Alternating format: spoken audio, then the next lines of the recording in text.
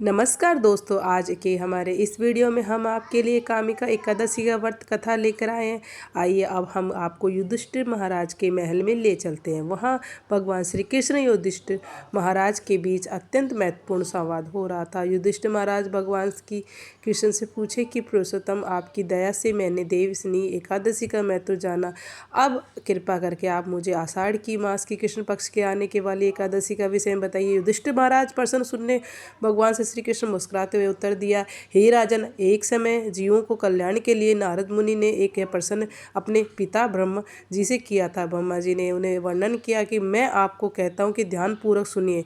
हे पितामह, क्या आप मुझे आषाढ़ मास की कृष्ण पक्ष में आने वाली एकादशी के विषय में बता सकते हो?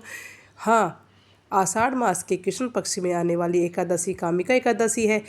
इसकी महिमा इतनी दिव्य है कि इसके श्रावण के मास अवश्य यज्ञों का फल प्राप्त होता है। इस दिन व्यक्ति तुलसी दल से भगवान श्री हरि पूजा करता है और स्वर्ण और चांदी दान करने के समान फल प्राप्त होता है। कामिका एकादशी के दिन तुलसी पूजन का विशेष महत्व है। इस दिन भगवान केशव को 9 अंकुरित तुलसी मंजीरी अर्पित करना चाहिए। जो व्यक्ति ऐसा करता है वो अपने पूर्व वर्तमान सभी पापों से मुक्ति पाता है। सब अब मैं तुम्हें कामिका एकादशी की पूर्ण कथा सुनाता हूँ, ध्यान से सुनिए। एक समय धर्मध्वज राम का एक पुत्री के रूप में तुलसी की अवतरित हुई। उस समय भगवान नारायण की तपस्या हेतु अनेकों तीर्थ स्थानों को भ्रमण कर रही थी। गंगा के जी तट पर उन्होंने भगवान श्री कृष्ण ध्यान मगन में गणेश जी को देखा।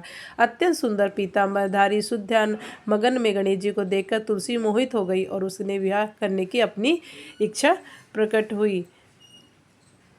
तपस्या भंग होने के भगवान श्री गणेश जी बोले, देवी आप कौन हो? आप यहाँ आगमन क्या कारण हुआ है? क्या आप नहीं जानते कि तपस्वियों का ध्यान भंग करना पापजनक होता है? तब तुलसी जी ने कहा, मैं राजा ध्वज की कन्या हूँ, योगपति प्राप्त करने हेतु तपस्या करने आई हूँ। आपको देखकर मैं आपकी आकर्षित हो गई, मैं आपके विवाह करना चाहती हूँ। गणेश जी बोले कि देवी, मैं आपसे विवाह करने की कोई इच्छा नहीं है मेरी।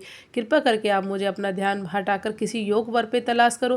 गणेश जी इस वचन सुनकर तुलसी जी को क्रोध आ गया और वह बोले कि आप मुझे विवाह नहीं करना चाहिए, चाहते तो आप विवाह तो कन्याओं से होगा। ऐसा कहकर वह गणेश जी का गज मुख का वहार करने लगी। तुलसी जी की यह रूप देखकर गणेश जी ने उनको श्राप दिया कि हे देवी, मैं आपको श्राप देता हूँ, आप असुर की पत्नी बनोगी और उसके बाद वृक्ष बन जाओगी। वह सुनकर तुलसी जी अपनी भूल पर अभ्यास हुआ और गणेश जी से प्रार्थना करने लगी कि अपना श्राप वापस ले लो। तब गणेश जी बोले, हे देवी, तुम भगवान नारायण की प्रिय बनोगी। समस्त मनुष्यों के लिए तुम्हारे द्वारा किया गया पूजन लाभकारी होगा, परंतु तुम मेरे लिए तुम हमेशा त्याग रहोगी।